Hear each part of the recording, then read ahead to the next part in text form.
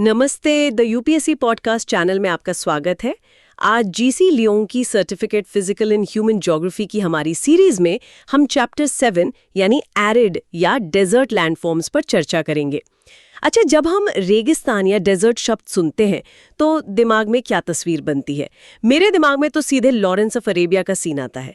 दूर दूर तक फैली सुनहरी रेत, ऊंचे नीचे टीले, उस पर चलते ऊंट। यही है ना हमारी रेगिस्तान की स्टैंडर्ड इमेज? बिल्कुल। और ज्यादातर लोगों के लिए रेगिस्तान का मतलब यही होता है, एक अंतहीन रेतीला समंदर। लेकिन सोर्स हमें बताता है कि ये तस्वीर अधूरी है, बल्कि काफी हद तक गलत भी है। अच्छा? हाँ, दुनिया की जमीन का लगभग 5वां हिस्सा 1/5 डेजर्ट है, और उसका बहुत छोटा सा हिस्सा ही वैसा है जिसे हम फिल्मों में देखते हैं। 5वां हिस्सा? That's huge. तो मतलब 20% जमीन रेगिस्तान है, पर वो सब रेत वाला नहीं है। तो फिर बाकी का कैसा है? यहीं पर चीजें इंटरेस्टिंग हो जाती हैं। सोर्स के मुताबिक कुछ रेगिस्तान पूरी तरह से चट्टानी हैं, जहां आपको एक कण रेत का नहीं मिलेगा। कुछ पथरीले हैं, कंकड़ों से ढके हुए हैं।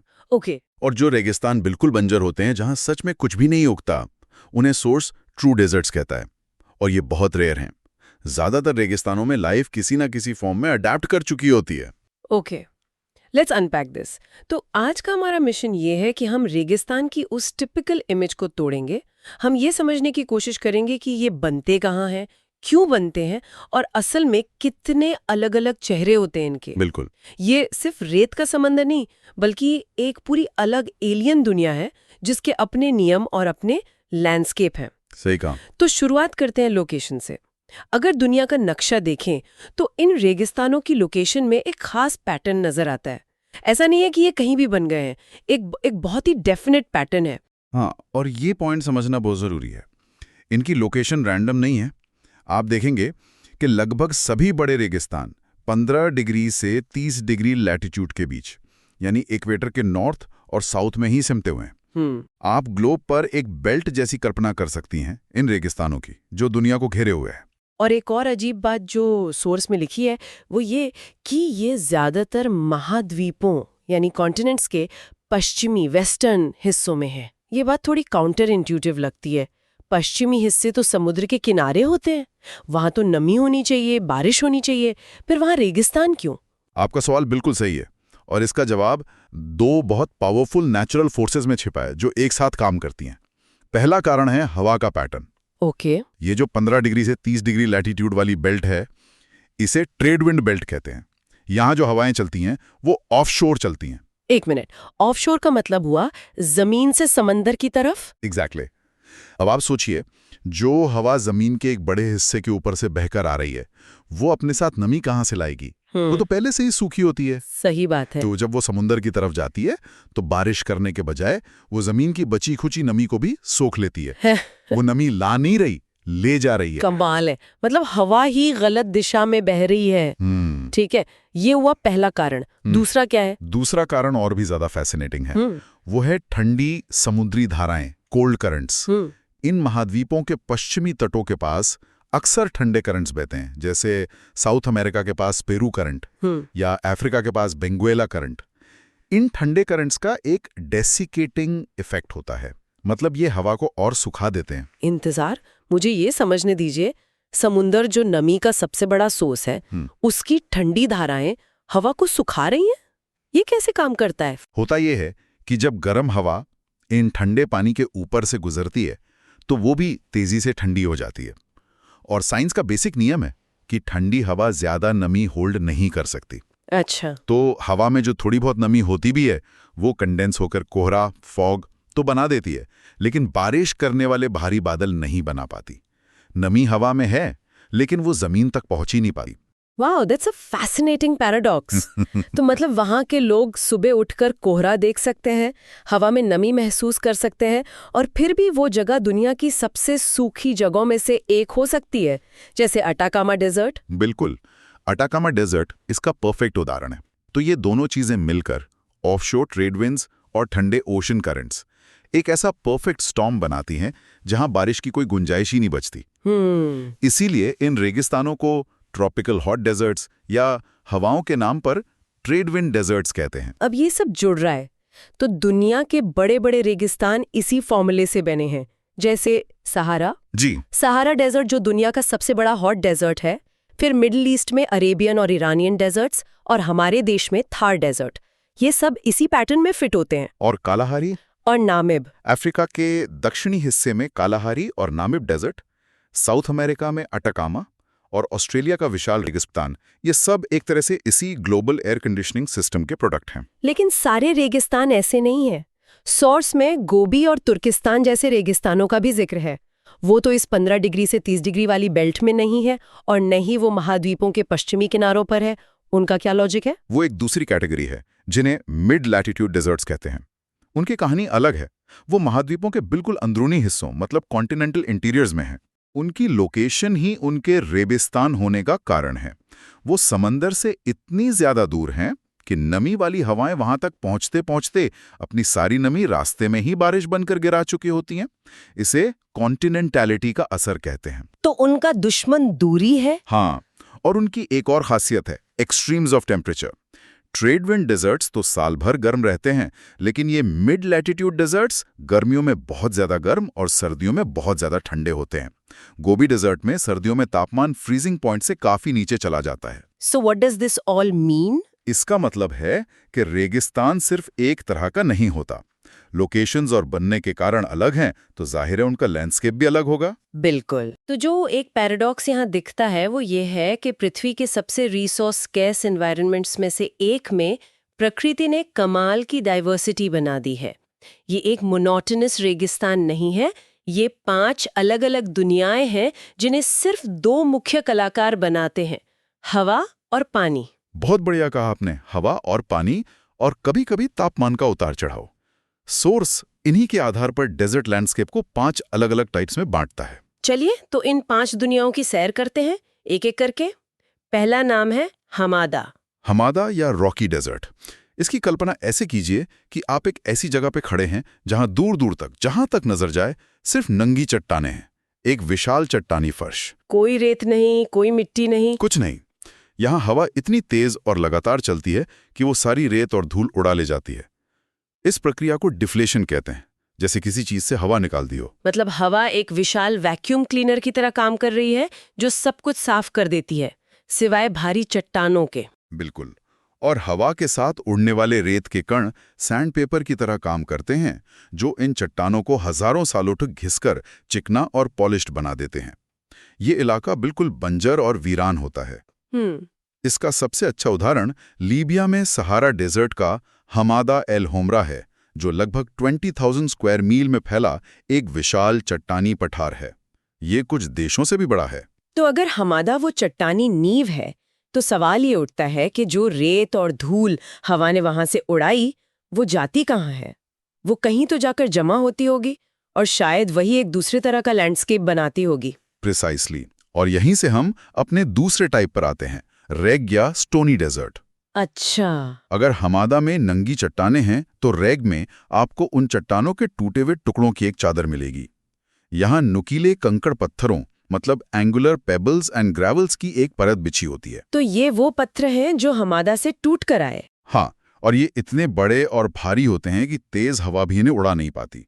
हवा सिर्फ इनके बीच की बारीक रेत और धूल को उड़ा ले जाती है। ओके। नतीजा ये होता है कि जमीन पर सिर्फ पत्थरों का एक मोजाइक जैसा बन जाता है। ये रेतीले रेगिस्तानों के मुकाबले ज्यादा एक्सेसिबल होते हैं, क्योंकि यहाँ जमीन सख्त होती है, रेत में धंसने का डर नहीं होता। अच्छा, इसीलिए इन इलाकों में बड़ी संख्या में ऊंट पाले जाते हैं, और पुराने जमाने के कारवां के रास्ते भी अक्सर इन्हीं से होकर गुजरते थे। लीबिया और मिस्र में इसे सेरीर कहते हैं। ठीक है, तो पहले चट्टानी फर्श हमादा, फिर उस पे बिछे कंकड़ रेग। अब आते हैं उस रेगिस्तान पर जिसे हम सब जानते हैं, फिल्मों वाला रेगिस्तान, जहां रेत के बड़े बड़े टीले होते हैं। जी, अब उस रेत की बारी है जिसे हवा ने हमादा और रेग से उड़ाया था। वो जाकर जहां जमा होती है उसे कहते हैं अर्ग या सैंडी डेजर्ट। अर्ग? हाँ, ये असल में रेत का समंदर होता है। ये वही लैंडस्केप है जो डेजर्ट शब्द सुनते ही हमारे दिमाग में आता है। यहाँ हवा से बने ऊंचे नीचे रेत के टीलों, अंड्यूलेटिंग सैंड ड्यून्स का विशाल विस्तार होता है, जो मीलों तक फैला हो सकता है। What's fascinating here is, source में लिखा है कि इन टीलों पर भी बारीक लहरें बनी होती हैं। वो क्या बताती हैं?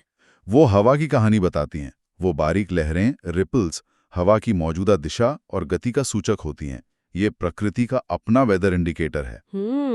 ये अर्घ अक्सर हमादा या रेगवा जैसे ऊंचे इलाकों के निचले हिस्सों में बनते हैं, जहां हवा की गति कम हो जाती है और वो अपने साथ लाई रेत को और नहीं ढो पाती तो वहीं गिरा देती है।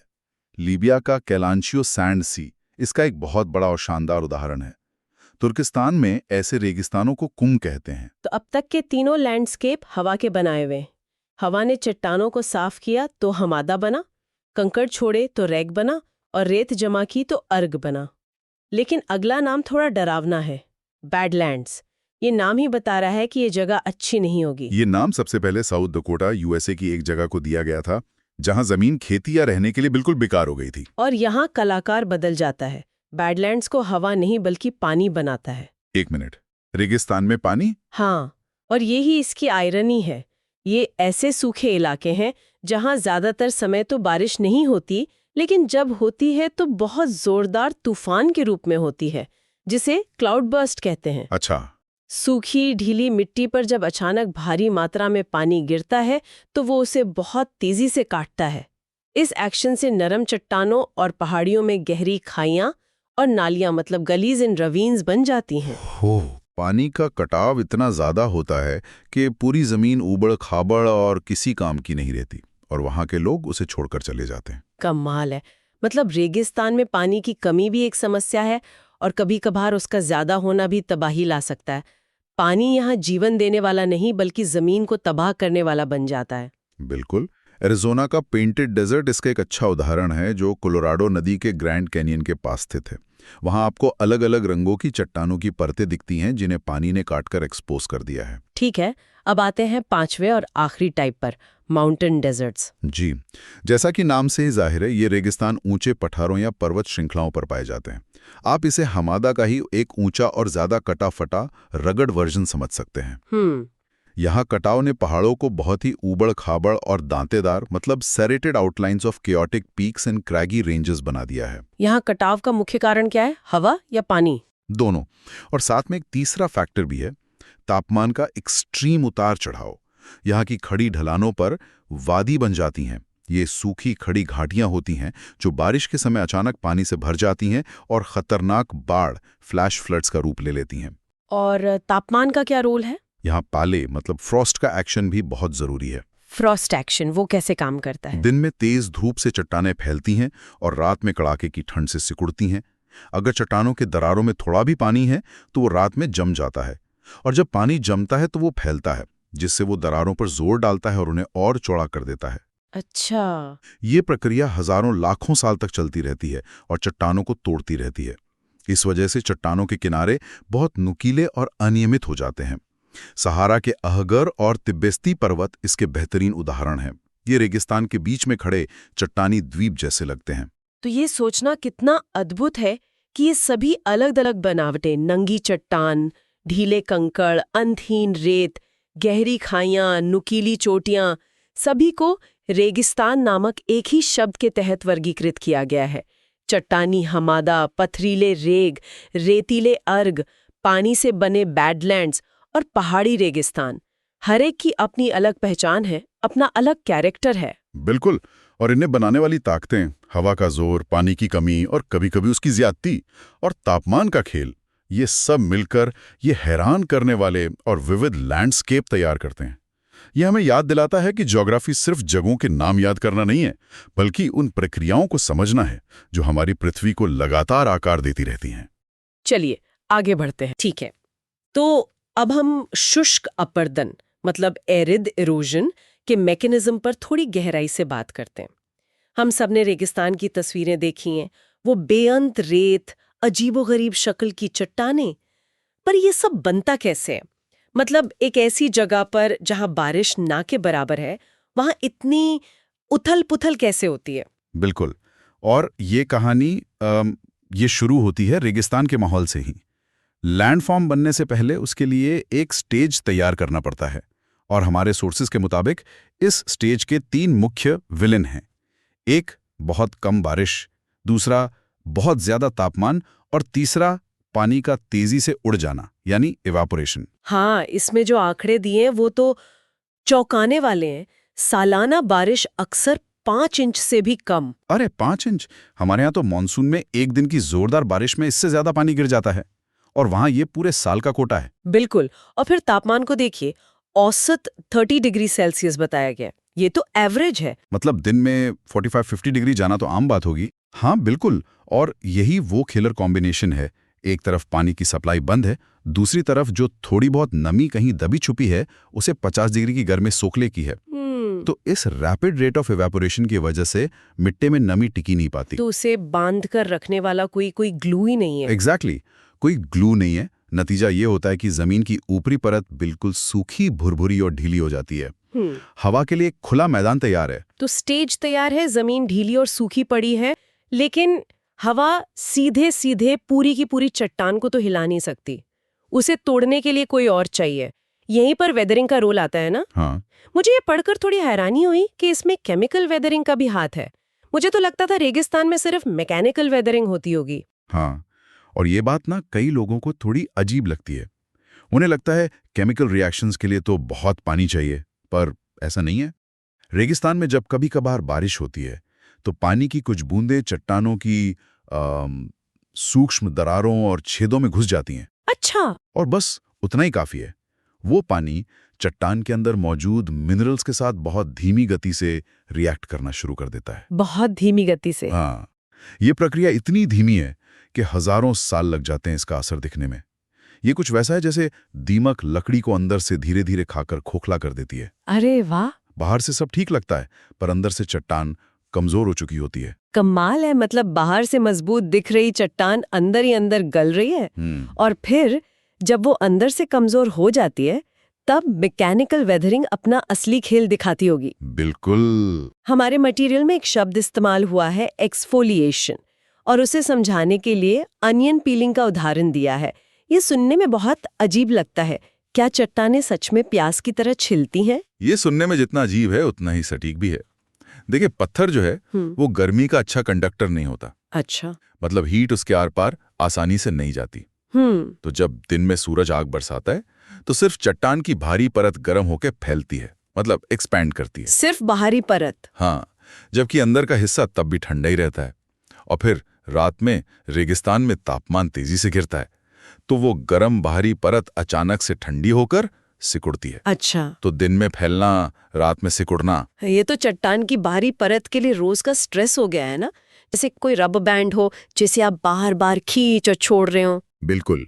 और ये कोई मामूली स्ट्रेस नहीं है। इसे मटेरियल साइंस में थर्मल फटीग कहते हैं। रोज रोज के इस फैलने और सिकुड़ने से बाहरी परत का जो कनेक्शन है अंदरूनी परतों से, वो कमजोर पड़ जाता है। और आखिरकार वो प्याज के छिलकों की तरह या किसी पुरानी दीवार से पपड़ी की तरह एक एक करके उखड़ने लगती है। इसी प्रोसेस को एक्सफोलिएशन कहते हैं। एक मिनट, ये अनियन पीलिंग वाली बात सोचने पर मजबूर करती है। अगर चट्टान की बाहरी परतें इस तरह उधड़ रही हैं तो कोई और तरीका भी है जिससे वो टूट सकें? बहुत अच्छा सवाल है, और इसका जवाब है दूसरा बड़ा मैकेनिकल प्रोसेस, फ्रॉस्ट एक्शन। ये उन रेगिस्तानों में ज्यादा काम करता है जहां रात में तापमान फ्रीजिंग पॉइंट यानी 0 डिग्री सेल्सियस से नीचे चला जाता है। अच्छा। दिन में पिघली हुई बर्फ का या बारिश का जो पानी है वो चट्टानों की दरारों में भर जाता है। रात में जब तापमान गिरता है तो वो पानी जम जाता है। अरे, ये तो मैंने खुद करके देखा है। पानी की कांच की बोतल अगर पूरी भर कर फ्रीजर में रख दो तो वो चटक जाती है। हाँ, क्योंकि पानी जमने पर फैलता है। बिल्कुल, और वही सिद्धांत है। और ये कोई मामूली फैलाव नहीं है। पानी जब जमता है तो उसका वॉल्यूम यानी आयतन लगभग 10% तक बढ़ जाता है। 10%? हाँ। अब सोचिए, चट्टान की एक छोटी सी दरार में फंसा पानी जब जमकर 10% बढ़ता है तो वो उस दरार की दीवारों पर जबरदस्त दबाव डालता है। जैसे कोई अंदर से जैक लगा के चट्टान को फाड़ने की कोशिश कर रहा हो। बिल्कुल सही एनालॉजी है। हर रात ये प्रक्रिया दोहराई जाती है। दबाव पड़ता है, दरार थोड़ी और चौड़ी होती है, अगले दिन उसमें और पानी भरता है और आखिरकार चट्टान के बड़े बड़े टुकड़े टूटकर अलग हो जाते हैं। और ये टूटे हुए टुकड़े ये फिर नीचे ढलान पर जमा हो जाते होंगे। हाँ, इन्हीं टूटे हुए चट्टानी टुकड़ों को स्क्रीज कहते हैं। और यहाँ से हमारी कहानी का अगला अध्याय शुरू होता है। वेदरिंग ने चट्टान को तोड़कर हवा के लिए एम्यूनेशन यानी गोला बारूद तैयार कर दिया है। सही। अब हवा मैदान में उतरेगी अपने इन नए हथियारों के साथ। सही है। तो अब हवा की एंट्री होती है, और जाहिर है रेगिस्तान में हवा ज्यादा असरदार इसलिए है क्योंकि वहां मिट्टी को बांधने के लिए न तो पेड़ पौधे हैं और न ही नमी, हवा को पूरी खुली छूट मिली हुई है। चलिए इसके तरीकों को एक एक करके समझते हैं। पहला तरीका तो बहुत सीधा साधा लगता है, डिफ्लेशन। हाँ, डिफ्लेशन हवा का सबसे बुनियादी काम है। इसका सीधा मतलब है ढीली सूखी रेत, धूल और छोटे कंकड़ों को जमीन से उठाकर उड़ा ले जाना। एक तरह का स्वीपिंग एक्शन है। मतलब जैसे हम फर्श पर गिरी धूल को फूंक मारकर उड़ा देते हैं। बिल्कुल, बस ये फूंक हजारों किलोमीटर तक असर कर सकती है। जो बारीक धूल के कण होते हैं जिन्हें सिल्ट कहते हैं, उन्हें तो हवा एटमॉस्फेयर में बहुत ऊपर तक उठा लेती है और महाद्वीपों के पार तक ले जा सकती है। आपने सुना होगा कि अमेज़न के जंगलों को पोषण कभी-कभी सहारा रेगिस्तान से उड़कर आई धूल से मिलता है। अरे हाँ, सुना है। और डिफ्लेशन का ही नतीजा है। वाह। और जब हवा लगातार एक ही जगह से मटेरियल उड़ाती रहती है तो क्या होता है? होने पर वहां बड़े बड़े गड्ढे बन जाते हैं। Deflation hollows. हाँ, डिफ्लेशन हॉलोज कहते हैं उन्हें। ये गड्ढे कितने बड़े हो सकते हैं? मतलब कोई असली उदाहरण है इसका? हमारे सोर्सेज में एक जबरदस्त उदाहरण दिया है, सहारा रेगिस्तान का कटारा डिप्रेशन। ये इतना विशाल और गहरा है कि इसकी सतह समुद्र तल यानी सी लेवल से लगभग 450 फीट नीचे है। क्या 450 फीट? जी हाँ। 450 फीट मतलब एक 45 मंजिला इमारत जितनी गहराई। हाँ, और ये पूरा गड्ढा किसी नदी ने नहीं, सिर्फ हवा ने लाखों सालों तक धीरे धीरे रेत उड़ाकर बनाया है। अविश्वसनीय। मैं तो कल्पना करने की कोशिश कर रही हूँ कि वहां खड़े होके कैसा महसूस होता होगा। ये जानना कि आपके पैरों के नीचे की 450 मंजिल जितनी जमीन सिर्फ हवा ने उड़ा दी, ये तो हम्बलिंग है। बिल्कुल। डिफ्लेशन जमीन को साफ कर देता है, लेकिन हवा सिर्फ सफाई कर्मचारी नहीं है, वो एक कारीगर भी है। और कारीगर को औजारों की जरूरत होती है। और वो औजार वही स्क्रीज और रेत के कण हैं जो वेदरिंग से बने थे। सही कहा ना? एकदम सही। तो अब हवा इन हथियारों का इस्तेमाल करती है। यहीं से एब्रेजन का काम शुरू होता है। बिल्कुल। एब्रेजन को आप कुदरत की सैंड ब्लास्टिंग प्रक्रिया समझ सकते हैं। जब हवा अपने साथ उठाए हुए रेत के कणों को चट्टानों से जोर से टकराती है तो वो हाई स्पीड प्रोजेक्टाइल्स की तरह काम करते हैं। अच्छा। वो चट्टानों को खरोचते हैं, घिसते हैं और पॉलिश कर देते हैं, जैसे हम सैंड पेपर से लकड़ी को घिसकर चिकना करते हैं। बिल्कुल वैसे ही हवा रेत के कणों को सैंड पेपर की तरह इस्तेमाल करके चट्टानों को तराशती है। इस मटेरियल में एक बहुत दिलचस्प बात बताई गई है कि ये एब्रेजन का असर चट्टानों के निचले हिस्से में ज्यादा होता है। ऐसा क्यों? इसका कारण बहुत सीधा सा है। हवा ज्यादा भारी कणों जैसे रेत और छोटे कंकड़ को बहुत ऊंचा नहीं उठा पाती। अच्छा, उठा ही नहीं पाती। हाँ, वो ज्यादातर जमीन से कुछ फुट ऊपर ही उछलते कूदते हुए चलते हैं। बारीक धूल तो ऊपर तक जा सकती है, पर घिसने का असली काम करने वाले भारी कण नीचे ही रहते हैं। इसीलिए चट्टानों का निचला हिस्सा ज्यादा तेजी से घिसता है, जबकि ऊपरी हिस्सा लगभग वैसे ही रहता है। और इसी वजह से अक्सर वो मशरूम जैसी आकृतियां बनती हैं। अच्छा, मशरूम रॉक, एक पतला तना और ऊपर एक चौड़ी टोपी। जी, समझ गए। ये वैसा ही है जैसे सड़क पर तेज रफ्तार गाड़ी गुजरने पर धूल और कंकड़ हमारे घुटनों और पैरों पर ही ज्यादा लगते हैं, चेहरे तक नहीं पहुंचते। बिल्कुल। और हमारे सोर्सेज में टेलीग्राफ के खंभों का एक और बेहतरीन उदाहरण है। हाँ, वो मैंने भी पढ़ा। रेगिस्तान में लकड़ी के खंभों को बचाने के लिए उनके निचले हिस्से को जमीन से कुछ फुट ऊपर तक मेटल की चादर से ढक दिया जाता है, ताकि वो घिसे नहीं। हाँ, अगर ऐसा ना करें तो हवा की अब्रेजन से खंभे नीचे से इतने घिस जाएंगे कि वो पतले होकर गिर पड़ेंगे। ये इस प्रक्रिया का जीता जागता सबूत है। वाह, ये तो प्रैक्टिकल एप्लीकेशन हो गया। तो डिफ्लेशन ने हथियार उठाए, अब्रेजन ने उन हथियारों से चट्टानों को तराशा। अब तीसरा और आखिरी प्रोसेस है एट्रिशन। ये क्या बला है? एट्रिशन में हवा के हथियार आपस में ही लड़ पड़ते हैं। जब लाखों करोड़ों रेत के कण एक साथ हवा में तूफान की तरह उड़ रहे होते हैं, तो वो सिर्फ चट्टानों से ही नहीं टकराते, बल्कि एक दूसरे से भी जोर जोर से टकराते हैं। मतलब एक तरह का फ्रेंडली फायर। हवा के हथियार यानी रेत के कण आपस में लड़कर ही खुद को घिस रहे हैं। हाँ। ये तो बड़ा पैराडॉक्सिकल है। हाँ, और इस आपसी टक्कर से वो एक दूसरे को ही घिसकर छोटा और गोल कर देते हैं। उनके जो नुकीले एंगुलर किनारे होते हैं वो सब घिस जाते हैं। अच्छा। ये बिल्कुल वैसा ही है जैसे नदी में पत्थर लुढ़कते लुढ़कते एक दूसरे से टकराकर गोल और चिकने हो जाते हैं। रेगिस्तान में यही काम हवा करती है, और इसका नतीजा क्या होता है? इस प्रक्रिया के अंत में जो रेत बनती है वो बहुत खास होती है। उसके कण बहुत बारीक, गोल और चिकने हो जाते हैं। इस मटेरियल में उसे एक खास नाम दिया गया, millet seed sand. Millet seed sand यानी बाजरे के दाने जैसी गोल और चिकनी रेत। बिल्कुल। ये दिखाता है कि अपर्दन की प्रक्रिया कितनी बारीक और विस्तृत है। ये सिर्फ बड़े बड़े पहाड़ों को ही नहीं तोड़ती, बल्कि रेत के एक एक कणों को भी आकार देती है। तो ये था हवा का पूरा मैकेनिज्म। डिफ्लेशन से जमीन से मटेरियल उठाना, एब्रेजन में उस मटेरियल को हथियार बनाकर दूसरी चट्टानों को तराशना, और एट्रिशन में उन हथियारों का आपस में टकराकर खुद गोल और छोटा हो जाना। ये तो एक पूरी साइकिल है जो एक साथ चल रही है। बिल्कुल। डिफ्लेशन, एब्रेजन और अट्रीशन, ये तीनों प्रक्रियाएं मिलकर रेगिस्तान के लैंडस्केप को वो अनोखा रूप देती हैं जो हम देखते हैं। ये सिर्फ विनाश नहीं है, ये एक लगातार चलने वाली मूर्तिकला है। चलिए आगे बढ़ते। ठीक है, तो अब हम रेगिस्तान में हवा के कटाव यानी विंड एरोजन से बनने वाले भू आकृतियों, लैंडफॉर्म्स पर आते हैं।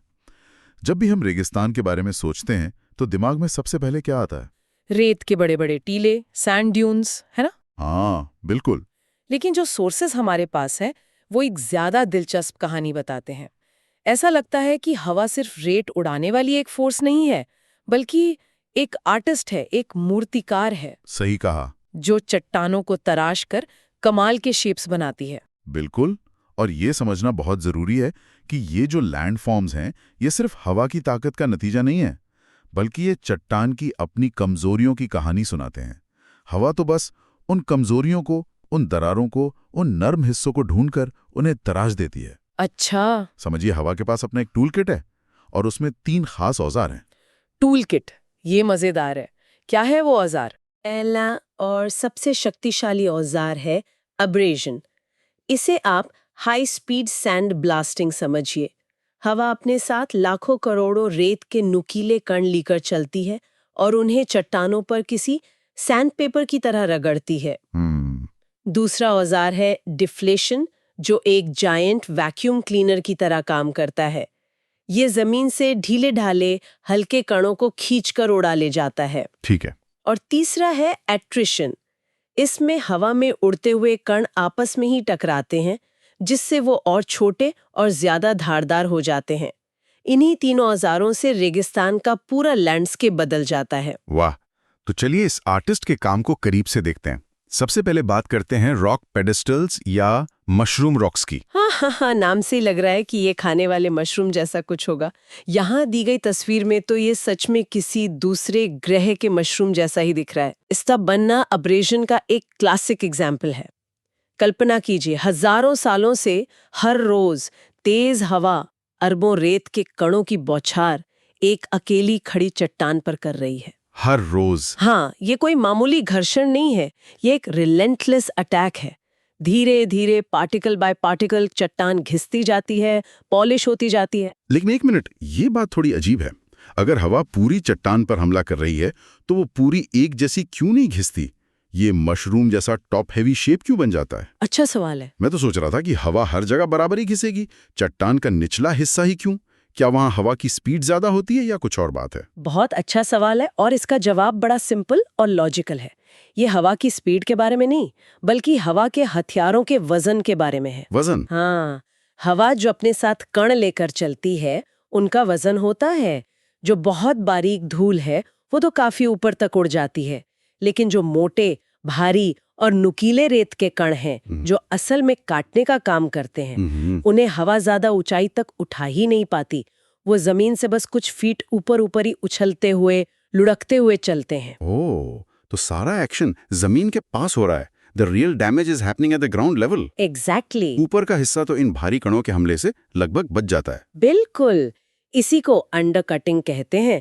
चट्टान का निचला हिस्सा लगातार कटता रहता है, घिसता रहता है और पतला होता जाता है, जबकि ऊपरी हिस्सा, जो अक्सर ज्यादा मजबूत चट्टान का भी बना होता है, वो चौड़ा ही रह जाता है। और नतीजा? एक परफेक्ट मशरूम का आकार। हाँ, मैंने जब पहली बार सहारा में इन्हें देखा था, जिन्हें वहाँ गौर कहते हैं, तो मुझे यकीन ही नहीं हुआ कि इसे किसी इंसान ने नहीं बनाया है। दूर से देखने पर ये किसी विशालकाय मशरूम के खेत जैसे लगते हैं। प्रकृति की एक अद्भुत मूर्तिकला। तो मशरूम रॉक्स में हमने देखा कि हवा नीचे से ज्यादा हमला करती है क्योंकि उसके भारी हथियार ऊपर नहीं उठ पाते। लेकिन क्या होता है जब हमला नीचे से नहीं बल्कि ऊपर से शुरू हो? मुझे लगता है यहीं से ज़ॉयगन की कहानी शुरू होती है। हाँ, ये नाम थोड़ा टेक्निकल है, लेकिन इसकी तस्वीर देखकर लग रहा है जैसे किसी ने स्याही की दवातों की लाइन लगा दी हो। ज़ॉयगन का बनना एक अलग कहानी है। ये ऐसी जगहों पर बनते हैं जहाँ चट्टानों की परतें एक दूसरे के ऊपर हॉरिजॉन्टली बिछी होती हैं, जैसे एक सैंडविच में ब्रेड और सब्जी की लेयर्स। अच्छा, लेयर्स में। हाँ, इसमें सबसे ऊपर सख्त रेजिस्टेंट रॉक की एक परत होती है और उसके ठीक नीचे नरम सॉफ्ट रॉक की परत। तो जाहिर है हवा नर्म चट्टान को ज्यादा काटेगी। जी, लेकिन सवाल ये है कि हवा नीचे वाली नर्म चट्टान तक पहुंचती कैसे है जब ऊपर एक मजबूत ढाल, एक प्रोटेक्टिव लेयर है? यहाँ हवा के एक्शन से पहले एक और फोर्स काम करती है, मैकेनिकल वेदरिंग। अच्छा। रेगिस्तान में दिन और रात के तापमान में जबरदस्त फर्क होता है।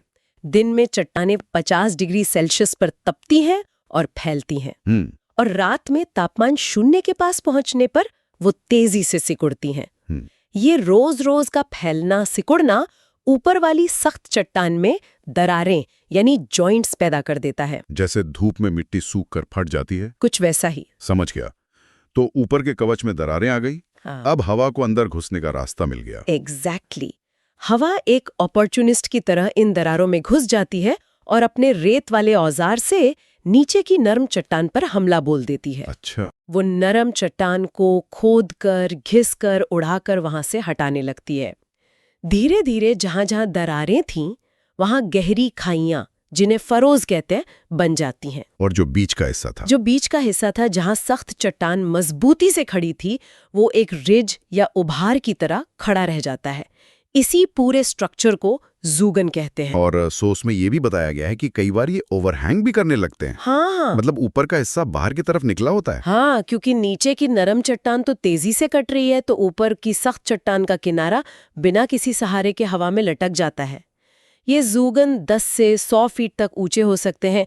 इसे देखकर ऐसा लगता है जैसे आप किसी दूसरी दुनिया में आ गए हों। एक बिल्कुल अनोखा, हैरत अंगेज नज़ारा होता है। ठीक है, तो ज़ूगन एक लेयर वाले केक की तरह है जिसमें हार्ड और सॉफ्ट लेयर्स एक के ऊपर एक हैं। हाँ। अब अगर हम इसी केक की लेयर्स को सीधा खड़ा कर दें, साइड बाय साइड, हाँ, तो क्या होगा? हाँ, मुझे लगता है यहीं पर यार्डांग्स की एंट्री होती है। बहुत बढ़िया एनालॉजी है, एकदम सटीक। यार्डांग में यही होता है।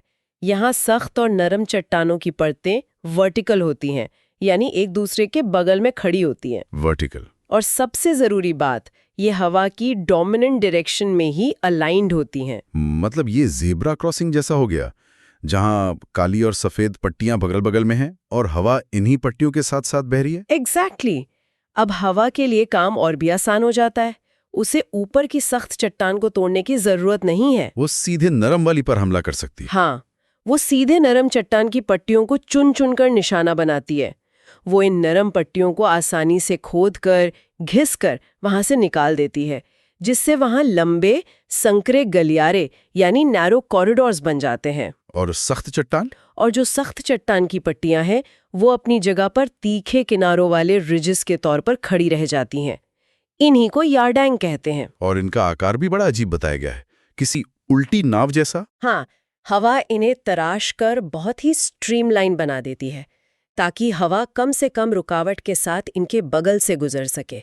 ये चिली के आटाकामा रेगिस्तान में बहुत आम है। आटाकामा में। और मजे की बात यह है कि आटाकामा दुनिया की सबसे सूखी जगहों में से एक है। कुछ हिस्सों में तो सदियों से बारिश नहीं हुई। अरे वाह। ऐसी जगह पर हवा ही पानी का काम करती है, लैंडस्केप को तराशने का।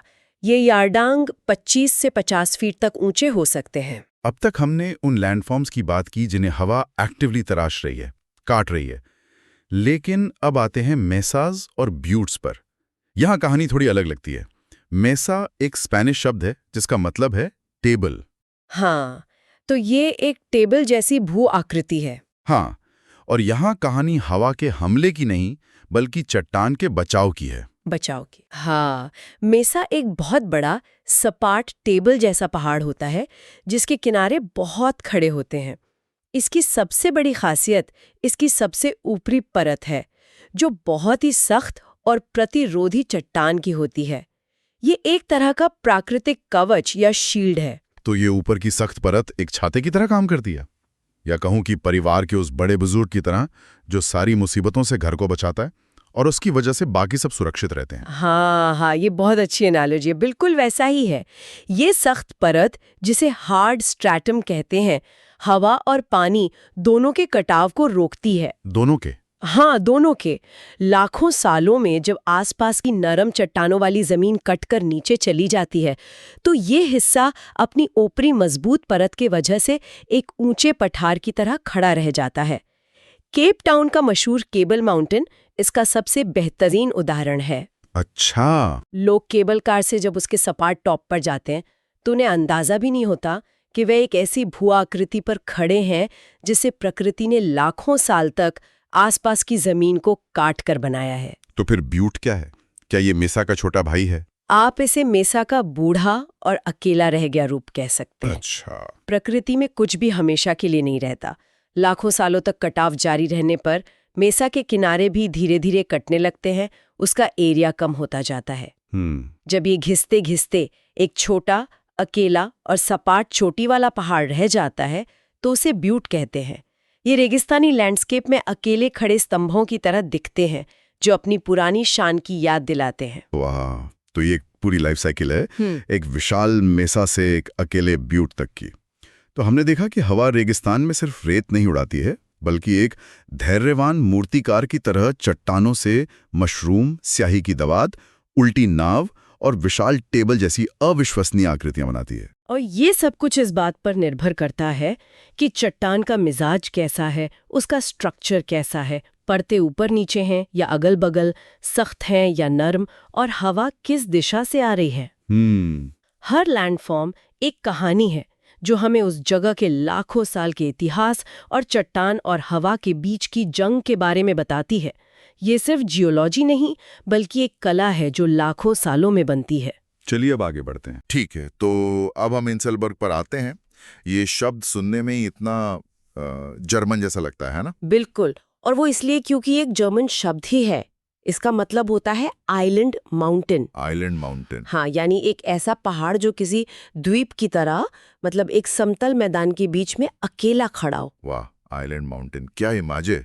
तो मतलब ये समतल जमीन के बीच में अचानक से उगाए पहाड़ों जैसे दिखते होंगे। हाँ, आप ऐसा कह सकते हैं। सोर्स बताता है कि ये आइसोलेटेड रेजिडुअल हिल्स हैं जो समतल मैदान से अचानक ऊपर उठते हैं। अचानक से? हाँ, और इनकी खासियत इनके बहुत खड़े ढलान होते हैं, मतलब वेरी स्टीप स्लोप्स, और इनके टॉप्स एकदम गोल राउंडेड होते हैं। अच्छा, तो कल्पना करो कि एक सपाट रेगिस्तान है और बीच में अचानक एक विशाल गोल सा पत्थर का टीला खड़ा है। एग्जैक्टली, वही है इंसेलबर्ग। तो ये बनते कैसे हैं? मुझे हमेशा लगता था कि ये शायद कोई पुराना ज्वालामुखी होगा या कुछ और। नहीं, और ये सबसे फैसिनेटिंग बात है। ये असल में एक बहुत पुरानी और विशाल पठार, मतलब प्लेटो के बचे हुए हिस्से हैं। बचे हुए हिस्से? हाँ, सोचिए कि एक बहुत बड़ा केक था और समय के साथ, मतलब लाखों सालों में, हवा और पानी ने उस केक का ज्यादातर नरम हिस्सा काट काट के बहा दिया। ओह। बस बीच का एक मजबूत सख्त हिस्सा बच गया। ये इंसेलबर्ग वही बचा हुआ हिस्सा है। एक मिनट, तो इसका मतलब हम जिसे एक पहाड़ का बनना समझ रहे हैं वो असल में बाकी सब कुछ का मिट जाना है। बिल्कुल, ये पूरा पर्सपेक्टिव ही बदल देता है। मतलब जो आसपास की सपाट जमीन हम देख रहे हैं वो भी कभी इसी पहाड़ जितनी ऊंची थी? हाँ, यही तो सबसे हैरान करने वाली बात है। वो पूरी जमीन इरोजन की वजह से गायब हो गई और बस ये मजबूत चट्टान का हिस्सा रह गया। ये तो अविश्वसनीय है। तो फिर ये किस पत्थर के बने होते हैं? जरूर कोई बहुत ही मजबूत पत्थर होगा। हाँ, सोर्स के अनुसार ये अक्सर ग्रेनाइट या नीस जैसी मजबूत क्रिस्टलाइन चट्टानों से बने होते हैं। अच्छा, ग्रेनाइट। इसी वजह से ये कटाव को झेल पाते हैं, जबकि इनके आसपास की जो नरम चट्टानें होती हैं वो पूरी तरह खत्म हो जाती हैं। ये तो बहुत दिलचस्प है। दुनिया में ये कहाँ-कहाँ पाए जाते हैं? सोर्स में कुछ उदाहरण दिए? हाँ, दिए हैं। ये पुराने रेगिस्तानी और अर्ध रेगिस्तानी, मतलब डेजर्ट एंड सेमी एरिड इलाकों में आम है। जैसे कि उत्तरी नाइजीरिया, पश्चिमी ऑस्ट्रेलिया और कालाहारी रेगिस्तान में। सोर्स में ऑस्ट्रेलिया के एयर्स रॉक की तस्वीर भी दी गई है। आयर्स रॉक, जिसे अब उलुरु भी कहते हैं। हाँ, वही। वो दुनिया का शायद सबसे प्रसिद्ध इंसेलबर्ग है। अब समझ आया कि वो रेगिस्तान के बीच में इतना अकेला और विशाल क्यों लगता है। वो वहां उगा नहीं है, बल्कि उसके आसपास की पूरी दुनिया गायब हो चुकी है। बिल्कुल सही समझे आप। तो ये विशाल इंसेलबर्ग तो हवा के कटाव का एक बड़ा उदाहरण हो गए। पर हवा तो मतलब बहुत छोटी छोटी चीजों पर भी असर डालती होगी। बिल्कुल, और यहीं पर वेंटिफैक्ट्स या ड्राइकांटर का जिक्र आता है। वेंटिफैक्ट्स? हाँ, ये वो कंकड़ पत्थर हैं जिन्हें रेगिस्तान में चलने वाली रेतीली हवा ने तराश दिया है। मतलब हवा एक मूर्तिकार की तरह काम करती है, छोटे पत्थरों पर भी। एक तरह से हाँ। इस प्रक्रिया को कहते हैं सैंड ब्लास्टिंग। सैंड ब्लास्टिंग, ये तो मैंने इंडस्ट्री में सुना है। हाँ, वही कॉन्सेप्ट है। हवा अपने साथ रेत के कण उड़ाकर ले जाती है, और जब ये लाखों कण तेज रफ्तार से किसी कंकड़ से टकराते हैं तो उसे धीरे धीरे घिसते हैं, पॉलिश करते हैं। अच्छा। सोर्स में लिखा है कि ये दिखने में ब्राजील नट्स जैसे हो जाते हैं, एक तरफ से चिकने और एक खास शेप वाले। ब्राजील नट्स, ये तो याद रखने में आसान है। और ये ड्राई कांटर क्या है? ये भी जर्मन लग रहा है। हाँ, ये भी जर्मन है। ड्राई का मतलब होता है तीन। हाँ, जब हवा एक ही दिशा से चलती है तो पत्थर का एक साइड सपाट हो जाता है, एक फ्लैट फैसेट बन जाता है। ओके। अगर हवा की दिशा बदलती है तो दूसरा साइड भी घिसकर सपाट हो जाता है।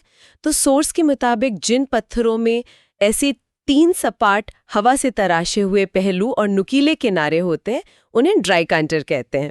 वाह, मतलब इन पत्थरों को देख के पता चल सकता है कि हवा किस किस दिशा से चली होगी। बिल्कुल, ये एक तरह के जियोलॉजिकल रिकॉर्ड्स हैं। और जब ऐसे हजारों पत्थर एक जगह जमा हो जाते हैं तो वो कैसा दिखता है? तब वो एक डेजर्ट पेवमेंट बनाते हैं। डेजर्ट पेवमेंट, रेगिस्तान का फर्श। हाँ, एक समतल मोज़ेक जैसी सतह।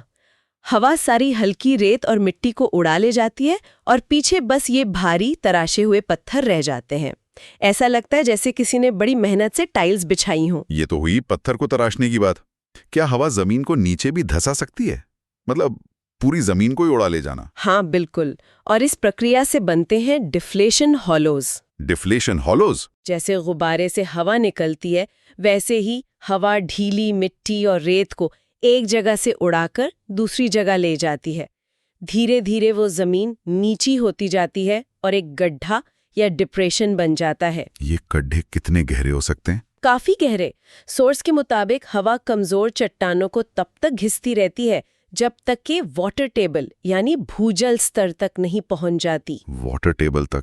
फिर क्या होता है? जब पानी सतह पर रिसने लगता है तो जमीन नम हो जाती है और हवा उसे और नहीं उड़ा पाती। तब इन गड्ढों में ओएसिस यानी नखलिस्तान या फिर दलदल बन जाते हैं। मतलब रेगिस्तान में जीवन का स्रोत भी हवा के इस विनाशकारी काम से ही पैदा हो सकता है। ये तो कमाल का पैराडॉक्स है। हाँ, विनाश से ही निर्माण। कोई असल दुनिया का उदाहरण है इसका? एक बहुत बड़ा उदाहरण है मिस्र का फायूम डिप्रेशन। Faiyum depression? हाँ, यह समुद्र तल से 130 फीट नीचे है। एक विशाल डिफ्लेशन हॉलो। 130 फीट समुद्र तल से नीचे? ये तो कल्पना से भी परे है। और आज वहाँ पूरी आबादी बसती है, खेती होती है। तो ये सब तो प्राकृतिक प्रक्रिया हुई जो लाखों साल लेती है। क्या इंसानी गतिविधियों से भी ऐसा कुछ बड़े पैमाने पर हो सकता है? हो सकता है और हो चुका है।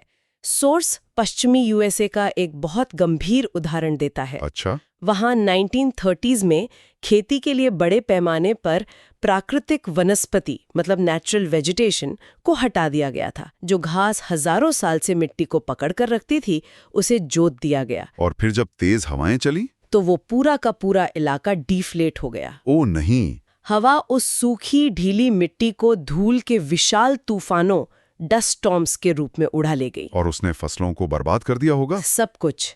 फसलों को बर्बाद कर दिया, घरों को ढक दिया और उस पूरे इलाके को ग्रेट डस्ट बाउल में बदल दिया।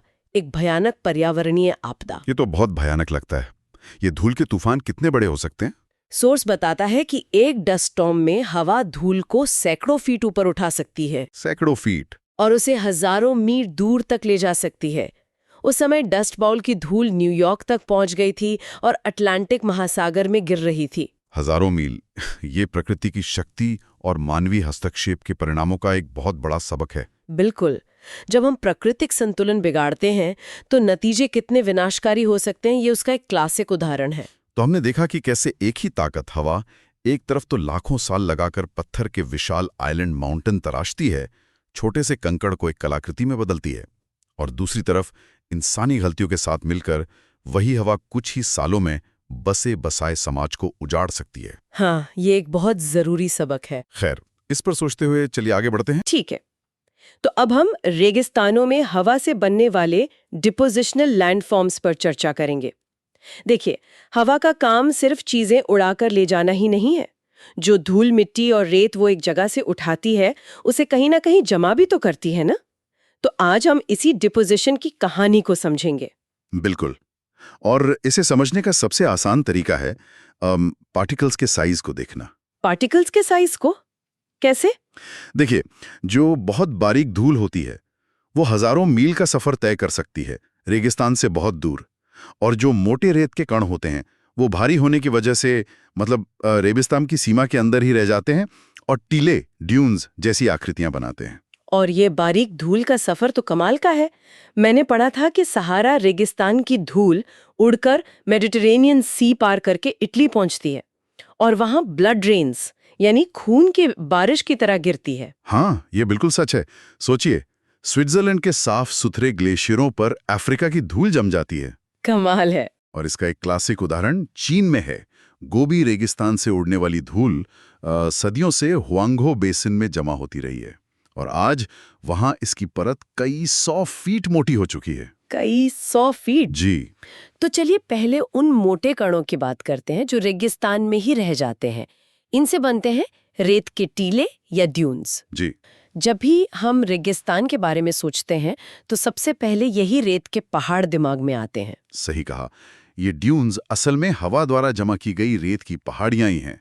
ये दो तरह के हो सकते हैं, एक्टिव या लाइव ड्यून्स, जो हवा के साथ लगातार अपनी जगह बदलते रहते हैं। अच्छा, मतलब ये सच में चलते हैं? हाँ, और दूसरे होते हैं इनएक्टिव या फिक्स्ड ड्यून्स, जिन पर पेड़ पौधे उग जाते हैं और वो एक ही जगह पर स्थिर हो जाते हैं। ये ड्यून्स सबसे ज्यादा अर्ग डेजर्ट में पाए जाते हैं, जहां दूर दूर तक सिर्फ रेत का समुद्र होता है। वैसे तो इनके बहुत सारे फैंसी नाम हैं, star dune, sword dune, hairpin dune, लेकिन हम दो सबसे आम प्रकारों पर ध्यान देंगे, बरखान और सैफ। बिल्कुल, बरखान और सैफ। तो पहले बात करते हैं बरखान की। ये दिखने में अर्धचंद्रमा, क्रेसेंट या आधे चांद जैसे होते हैं। आप इन्हें अकेले भी देख सकते हैं और झुंड में भी। ये लाइव ड्यून्स हैं, मतलब ये एक जगह टिकते नहीं, लगातार आगे बढ़ते रहते हैं। और इनकी शुरुआत बहुत दिलचस्प तरीके से होती है। कैसे? हवा के रास्ते में जब कोई छोटी सी रुकावट आती है, जैसे मान लीजिए घास का एक गुच्छा या कुछ पत्थर, तो हवा वहां रेत जमा करना शुरू कर देती है और धीरे धीरे एक बरखान का रूप ले लेती है। अच्छा, तो बस एक छोटी सी रुकावट से इतना बड़ा टीला बन जाता है? जी, इनकी बनावट हवा की दिशा के हिसाब से होती है। जी। जिस तरफ से हवा आ रही है वो हिस्सा विंडवर्ड साइड, कॉन्वेक्स यानी बाहर की ओर उभरा हुआ और हल्की ढलान वाला होता है, और इसकी दूसरी तरफ जो शेल्टर्ड साइड होती है, लीवर्ड साइड, वो कॉनकेव यानी अंदर की ओर धसी हुई और बहुत खड़ी ढलान वाली होती है, जिसे स्लिप फेस कहते हैं। ये तो बच्चों के पार्क वाली स्लाइड की तरह हो गया। हाँ, बिल्कुल वैसा ही। और इनके चलने का मैकेनिज्म भी इसी बनावट से जुड़ा है। हवा रेत को विंडवर्ड साइड से ऊपर की ओर धकेलती है। जब रेत टीले की चोटी क्रेस्ट पर पहुंचती है तो वो स्लिप फेस वाली खड़ी ढलान से नीचे फिसल जाती है। इसी प्रक्रिया से ये टीले धीरे धीरे आगे खिसकते हैं। और इनकी रफ्तार भी इनके साइज पर निर्भर करती है। जो छोटे टीले होते हैं वो साल में 50 फीट तक आगे बढ़ सकते हैं। हाँ, और जो 100 फीट तक ऊंचे बड़े टीले होते हैं वो साल में सिर्फ 25 फीट ही खिसक पाते हैं। सिर्फ 25 फीट? सुनने में तो कम लगता है, पर अगर कोई गांव रास्ते में आ जाए तो ये एक बहुत बड़ा खतरा बन सकता है। इनका ये मूवमेंट इंसानी बस्तियों के लिए एक बहुत बड़ा खतरा भी बन सकता है। ये चलते फिरते टीले किसी नखलिस्तान, ओएसिस को निगल सकते हैं, वहां के खजूर के पेड़ों और घरों को रेत के नीचे दफन कर सकते हैं। तो इससे बचने के लिए क्या करते हैं? जैसा कि हमारे सोर्स में बताया गया है, लंबी जड़ों वाले पेड़ और घास लगाए जाते हैं ताकि वो रेत को पकड़कर इन टीलों को आगे बढ़ने से रोक सकें, उन्हें फिक्स कर सकें। एग्जैक्टली। अब आते हैं दूसरे प्रकार पर, सेफ या लॉन्जिट्यूडनल ड्यून्स। सेफ एक अरबी शब्द है जिसका मतलब होता है तलवार, और ये दिखते भी वैसे ही हैं। रेत की लंबी, पतली और सीधी कतारें, कभी-कभी 100 मील से भी ज्यादा लंबी। 100 मील, जी हाँ। बरखान के विपरीत सैफ टीले हवा की दिशा के समानांतर पैरेलल बनते हैं। जो मुख्य हवा प्रिवेलिंग विंड होती है वो इन टीलों की कतारों के बीच के गलियारे कॉरिडोर से सीधी बहती है और उस रास्ते को साफ रखती है। 1 मिनट, तो फिर ये बनते कैसे हैं? अगर मुख्य हवा बीच से निकल रही है तो रेत तो सीधी उड़ जानी चाहिए। साइड में टीले कैसे बने? बहुत अच्छा सवाल है। असल में जब मुख्य हवा बीच से निकलती है तो किनारों पर हवा के छोटे छोटे भंवर, एडीज, बनते हैं। इन भंवरों में उतनी ताकत नहीं होती तो ये रेत को गलियारे से बाहर नहीं ले जा पाते और उसे किनारों पर ही जमा कर देते हैं। अच्छा, इस तरह ये टीले और ऊंचे और चौड़े होते जाते हैं। समझ गई। इनकी एक और खासियत है, इनकी चोटी, क्रेस्ट लाइन, एक सीधी रेखा नहीं होती बल्कि एक बड़ी आरी के दांतों की तरह नियमित रूप से ऊपर नीचे होती रहती है। हाँ, जिसमें चोटियां, पीक्स और खाइयां, सैडल्स बनते हैं। ये टीले सहारा रेगिस्तान, पश्चिमी ऑस्ट्रेलियाई रेगिस्तान और हमारे थार रेगिस्तान में भी पाए जाते हैं। बिल्कुल। तो ये तो हुई मोटी रेत की कहानी जो रेगिस्तान में ही रह गई। लेकिन उस बारीक धूल का क्या हुआ जो हजारों मील दूर उड़ गई? वो जब कहीं जमा होती है तो बनाती है लोएस। लोएस, हाँ। ये एक बहुत ही खास तरह की मिट्टी है। ये आमतौर पर पीले रंग की, भुरभुरी, फ्राइबल और बहुत उपजाऊ होती है। इसमें चूना, लाइम भरपूर मात्रा में होता है और ये बेहद छिद्रपूर्ण, पोरस होती है। पोरस मतलब इसमें पानी डालते ही तुरंत सूख लिया जाता है। हाँ, और वो सीधा जमीन के अंदर चला जाता है। इसीलिए इसकी ऊपरी सतह हमेशा सूखी रहती है। ये तो अजीब है। और इसकी कोमलता के कारण नदियां इसमें बहुत गहरी और खड़ी घाटियां काट देती हैं, जिससे बैडलैंड टोपोग्राफी बनती है। ये इतनी नरम होती है कि अगर इसके बीच से कोई सड़क बनाई जाए तो वो धीरे धीरे नीचे धंसती जाती है और उसके किनारे दीवारों की तरह ऊंचे उठते जाते हैं। इसका सबसे बड़ा उदाहरण उत्तर पश्चिमी चीन का लोएस पठार है, जो ह्वांगहो नदी के बेसिन में है। यह लगभग 2.5 लाख वर्ग मील में फैला है। जी, चीन में इसे ह्वांगतू कहते हैं, जिसका मतलब है पीली मिट्टी। दिलचस्प बात यह है कि लोएस शब्द खुद फ्रांस के एक गांव एल्सेस के नाम से आया है, जहां ऐसी मिट्टी पाई जाती है। बिल्कुल। जर्मनी और बेल्जियम में इसे लिमोन कहते हैं। वहीं अमेरिका के कुछ हिस्सों में इसे अडोब कहा जाता है, जो आइस एज के दौरान ग्लेशियरों से उड़कर आई धूल से बनी है। तो हमने देखा कि कैसे एक ही हवा रेगिस्तान के अंदर रेत के विशाल और अलग-अलग आकार के टीले बनाती है, चांद जैसे बरखान से लेकर तलवार जैसे सैफ तक। और साथ ही कैसे वही हवा उस रेगिस्तान की सबसे बारीक धूल को हजारों मील दूर ले जाकर लोएस जैसी उपजाऊ मिट्टी के मैदान बना देती है, जो इंसानी सभ्यताओं के विकास का आधार बनती है। बिल्कुल। चलिए आगे बढ़ते हैं। ठीक है, तो अब हम रेगिस्तानों में पानी की क्रिया से बनने वाले भू आकृतियों मतलब लैंडफॉर्म्स पर चर्चा करेंगे। हाँ, और ये बहुत ही दिलचस्प टॉपिक है। दिलचस्प इसलिए क्योंकि जब हम डेजर्ट या रेगिस्तान के बारे में सोचते हैं तो दिमाग में क्या आता है? सूखा, रेत के टीले, गर्मी, शायद ऊंट, सहारा या थार की तस्वीरें। हाँ। लेकिन ये चैप्टर एक बहुत ही काउंटर इंट्यूटिव आइडिया सामने रखता है। एक विरोधाभासी आइडिया कि दुनिया की इन सबसे सूखी जगहों को आकार देने वाली सबसे बड़ी ताकत पानी है। यही तो सबसे हैरान करने वाली बात है। ये एक पैराडॉक्स जैसा है ना? बिल्कुल। और आज हमारा मिशन इसी पैराडॉक्स को सुलझाना है। हम सचमुच एक बारिश की बूंद का पीछा करेंगे और देखेंगे कि वो पूरे लैंडस्केप को कैसे बदल कर रख देती है। बिल्कुल, और ये समझना जरूरी है कि हम किस तरह के पानी की बात कर रहे हैं। ज्यादातर रेगिस्तानों में साल में 5 से 10 इंच बारिश होती है। लेकिन ये दिल्ली या मुंबई की मानसून वाली बारिश नहीं है। नहीं, बिल्कुल नहीं। वो तो धीरे धीरे कई हफ्तों तक चलती है। ये है बर्स्ट रेनफॉल, मतलब हो सकता है 364 दिन एक बूंद ना गिरे और फिर एक दिन कुछ ही घंटों में साल भर का कोटा पूरा हो जाएगा। एग्जैक्टली। और वो कुछ घंटे किसी कयामत से कम नहीं होते। कल्पना कीजिए, जमीन जो महीनों से तप रही है, सूखी है, उस पर अचानक मूसलाधार बारिश, टॉरेंशियल डाउनपोर्स और जबरदस्त थंडरस्टॉर्म्स भी। जमीन के पास उस पानी को सोखने का न तो समय होता है, न ही क्षमता। क्यों? ऐसा क्यों होता है? इसका मुख्य कारण है वेजिटेशन की कमी। शहरों में या जंगलों में हमारे पास पेड़ पौधे, घास का एक प्रोटेक्टिव कवर होता है। हाँ, वो एक स्पंज की तरह काम करता है। बिल्कुल, पानी को सोखता है, उसकी रफ्तार धीमी करता है और मिट्टी को अपनी जड़ों से पकड़ कर रखता है। रेगिस्तान में ये प्रोटेक्टिव कवर लगभग होता ही नहीं है। तो जमीन एकदम एक्सपोज्ड है। हाँ, नंगी है। जैसे ही पानी गिरता है वो मिट्टी को पकड़ नहीं पाता और सतह पर तेजी से बहने लगता है। और वो सिर्फ बहता नहीं है, नहीं, वो अपने साथ सब कुछ उखाड़ ले जाता है। ढीली बजरी, रेत, धूल, चट्टानों के छोटे छोटे टुकड़े, सब कुछ उस पानी में मिल जाता है।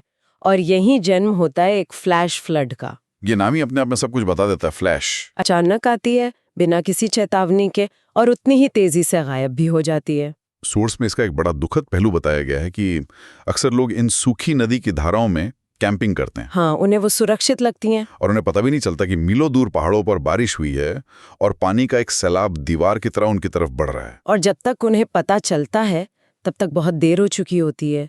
ये सच में खतरनाक है। और ये पानी जब पहाड़ी ढलानों से नीचे उतरता है तो ये किसी औजार की तरह काम करता है ना? बिल्कुल, ये नरम चट्टानों और मिट्टी को काटना शुरू कर देता है।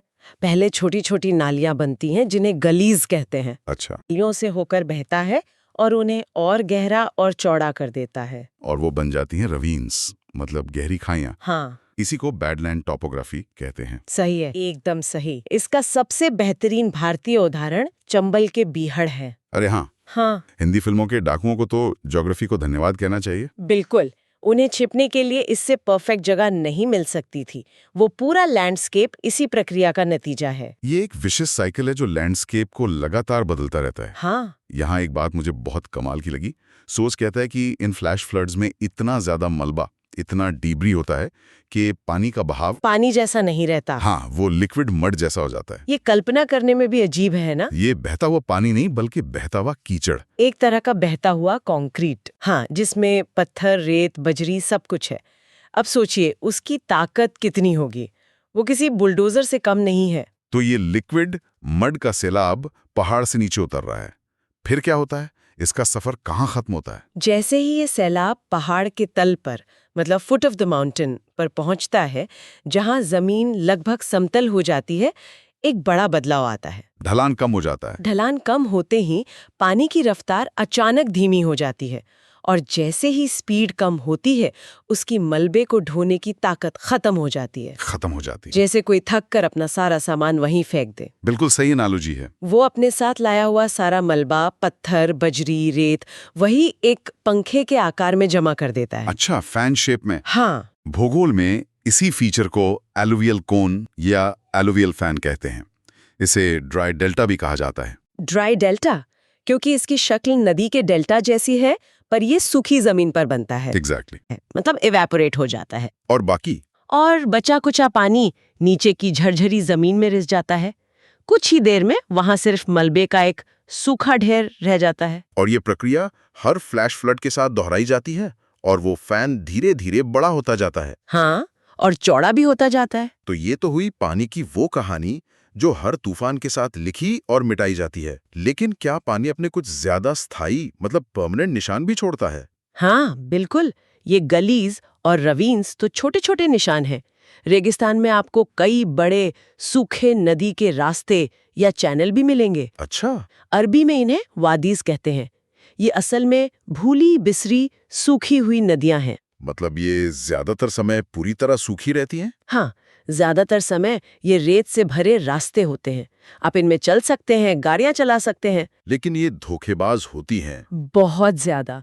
जब कभी सालों में एक बार कोई बड़ा क्लाउड बर्स्ट होता है तो यही वादियां अचानक उफनती हुई नदियों, रेजिंग टोरेंट्स में बदल जाती हैं। और ये पानी नदी की चौड़ाई बढ़ाने के बजाय सीधे नीचे की तरफ जमीन को काटता है, जैसे कोई चाकू हो। इससे घाटी और गहरी होती जाती है। इसी प्रक्रिया को भूगोल में वर्टिकल कोरोजन कहते हैं। तो ये वो नदियां हैं जो कभी कभी जागती हैं। हाँ, लेकिन कुछ नदियां तो ऐसी भी हैं जो रेगिस्तान में हमेशा बहती हैं, है ना? हाँ, उन्हें एक्सोटिक स्ट्रीम्स कहते हैं। एक्सोटिक मतलब जो उस जगह की नहीं है, बाहर से आई हैं। एकदम सही। ये वो नदियां हैं जो रेगिस्तान के बाहर किसी नमी वाले इलाके से या दूर के पहाड़ों पर पिघलने वाले बर्फ से पानी लेकर आती हैं। मेहमान नदियां हैं। मेहमान नदियां जो रेगिस्तान को बस पार कर रही होती हैं। इसका सबसे क्लासिक उदाहरण है नील नदी। हाँ, वो अफ्रीका के नमी वाले इलाकों से निकलकर दुनिया के सबसे बड़े रेगिस्तान सहारा को पार करती है और भूमध्य सागर में जा मिलती है और ये नदियां जब रेगिस्तान से गुजरती हैं तो वो अपने आसपास के लैंडस्केप पर क्या असर डालती हैं? वो अपने लिए एक बहुत गहरी और खड़ी दीवारों वाली घाटी काट लेती हैं। आप इसे ग्रैंड कैनियन के एक छोटे वर्जन की तरह सोच सकते हैं। अच्छा। नदी लगातार नीचे की चट्टान को काटती रहती है, लेकिन क्योंकि आसपास का इलाका एकदम सूखा है तो घाटी की दीवारों का ज्यादा कटाव नहीं होता और वो सीधी खड़ी रहती हैं। सोर्स के मुताबिक अल्जीरिया में ऐसी घाटियों को जबका कहा जाता है। हाँ, ये देखने में बहुत ड्रामेटिक लैंडस्केप होता है। तो हमने देखा कि कुछ नदियां रेगिस्तान में कभी कभार बहती हैं, जैसे वाडीज, और कुछ उसे बाहर से आकर पार करती हैं, मतलब एक्सोटिक स्ट्रीम्स। लेकिन एक तीसरी और शायद सबसे अजीब कहानी उन नदियों की है जो रेगिस्तान में ही शुरू होती हैं और रेगिस्तान में ही खत्म हो जाती हैं। वो कभी समुद्र तक पहुंच ही नहीं पाती। हाँ, और यहीं हम रेगिस्तानी भू आकृति के एक बहुत ही महत्वपूर्ण कंसेप्ट पर आते हैं, इंटरनल ड्रेनेज। इंटरनल ड्रेनेज ये एक बंद सिस्टम जैसा है। ऊंचे पहाड़ों से नदियां निकलती हैं और बहकर रेगिस्तान के बीच में मौजूद किसी गड्ढे या बेसिन के सबसे निचले हिस्से में जाकर जमा हो जाती हैं। और उनका सफर वहीं खत्म। और जब पानी उस गड्ढे में इकट्ठा होता है तो एक अस्थायी झील, एक टेम्परेरी लेक बन जाती होगी। बिल्कुल, बारिश के मौसम के बाद ये झीलें पानी से भर जाती हैं, लेकिन फिर रेगिस्तान की गर्मी अपना असर दिखाती है। इवेपोरेशन। हाँ, इवेपोरेशन की दर बहुत ज्यादा होती है। धीरे धीरे झील सूखने लगती है। और इन झीलों में नमक की मात्रा बहुत ज्यादा होती है ना? बहुत ज्यादा। इसका कारण सीधा है। जब पानी पहाड़ों की चट्टानों के ऊपर से बहता है तो वो उनमें से मिनरल्स और सॉल्ट्स को अपने अंदर घोल लेता है। और जब ये पानी झील में जमा होता है और फिर भाप बनकर उड़ता है तो पानी तो चला जाता है, लेकिन वो सारे नमक और मिनरल्स वहीं पीछे रह जाते हैं। ये प्रक्रिया हजारों साल चलती रहती है और झील का पानी और जमीन बेहद खारी हो जाती है। झील पूरी तरह सूख जाती है तो पीछे सिर्फ नमक की एक सफेद चमकदार परत रह जाती है, जो मीलों तक फैली हो सकती है। भारत में गुजरात का कच्छ का रण इसका एक बेहतरीन उदाहरण है। और सोर्स बताता है कि दुनिया में इनके अलग अलग नाम हैं। हाँ, अमेरिका और मेक्सिको में इन्हें प्लायाज या सलीनाज कहते हैं। बोलिविया का सालार दे यूनी दुनिया का सबसे बड़ा सॉल्ट फ्लैट है, वो इसी का एक विशाल उदाहरण है। और उत्तरी अफ्रीका में? उत्तरी अफ्रीका में इन्हें शॉर्ट्स कहते हैं। नाम अलग है पर कहानी एक ही है। एक अस्थायी झील जो अपने पीछे नमक का रेगिस्तान छोड़ गई। अब जरा इस पूरे बेसिन की बनावट को समझते हैं, जैसा सोर्स के डायग्राम में दिखाया गया है। इसमें दो शब्द बार बार आते हैं जो अक्सर कंफ्यूज करते हैं, बजादा और पेडिमेंट। हाँ, ये बहुत जरूरी है। एक मिनट, ये थोड़ा कंफ्यूजिंग है। आपने कहा बजादा मलबे का ढेर है जो पहाड़ के नीचे बनता है और पेडिमेंट भी वही होता है, तो ये एक ही चीज के दो नाम है या इनमें कोई बड़ा फर्क है? ये बहुत अच्छा सवाल है क्योंकि ये सच में कंफ्यूजिंग हो सकता है। ये दोनों पहाड़ के दामन में ही होते हैं, लेकिन दोनों की पैदाइश की कहानी बिल्कुल अलग है। अच्छा। बजादा एक डेपोजिशनल फीचर है। डेपोजिशन यानी जमाव। ठीक है। ये वो मलबा है जिसे नदियां पहाड़ से बहाकर लाईं और जमा कर दिया। असल में हमने पहले जिन अलुवियल फैंस की बात की थी, हाँ। जब कई सारे फैंस अगल बगल बनते हैं और फैलकर एक दूसरे से जुड़ जाते हैं तो वो मलबे का एक लंबा चौड़ा ढलान बना लेते हैं। बस उसी को बजादा कहते हैं। तो ये बाहर से लाया गया मटेरियल है? एग्जैक्टली। ठीक है, तो बजादा जमाव से बना है, तो फिर पेडिमेंट क्या है? पेडिमेंट एक इरोजनल प्लेन है। इरोजन यानी कटाव। ओह अच्छा, तो ये जमाव से नहीं बल्कि कटाव से बनता है। हाँ, इसे ऐसे सोचें कि पहाड़ के ठीक नीचे का हिस्सा पेडिमेंट कटाव से बना एक नमगा चट्टानी रैंप है। ये वो असली बेडरॉक है जो घिस घिस कर समतल हो गया है। मतलब पहाड़ का निचला हिस्सा धीरे धीरे कटता है और पीछे हटता जाता है। बिल्कुल, और अपने पीछे ये हल्की ढलान वाली चट्टानी सतह छोड़ जाता है। तो बजादा जो है वो इसी पेडिमेंट के ऊपर पहाड़ से थोड़ी दूरी पर जमा होता है। अच्छा, तो पेडिमेंट पहाड़ से बिल्कुल सटा हुआ होता है और बजादा उसके ऊपर बिछी एक चादर जैसा है। बिल्कुल सही समझा। अच्छा, अब समझ आया। तो अगर हम पहाड़ की चोटी से बेसिन के केंद्र की तरफ चलें तो सीक्वेंस कुछ ऐसा होगा। सबसे पहले पहाड़ की खड़ी ढलान, हाँ, फिर उसके ठीक नीचे कटाव से बना चट्टानी पेडिमेंट, सही, फिर उस पेडिमेंट के ऊपर जमाव से बना मलबे का बजादा, और फिर सबसे बीच में सबसे निचले हिस्से में हमारी प्लाया झील या सॉल्ट फ्लैट। एकदम सही। ये पूरा सिस्टम, जिसे इंटरमॉन्ट डेजर्ट बेसिन कहते हैं, रेगिस्तानी लैंडस्केप्स का एक क्लासिक फीचर है। और इसमें हमारी बारिश की बूंद की पूरी कहानी छिपी है। बिल्कुल।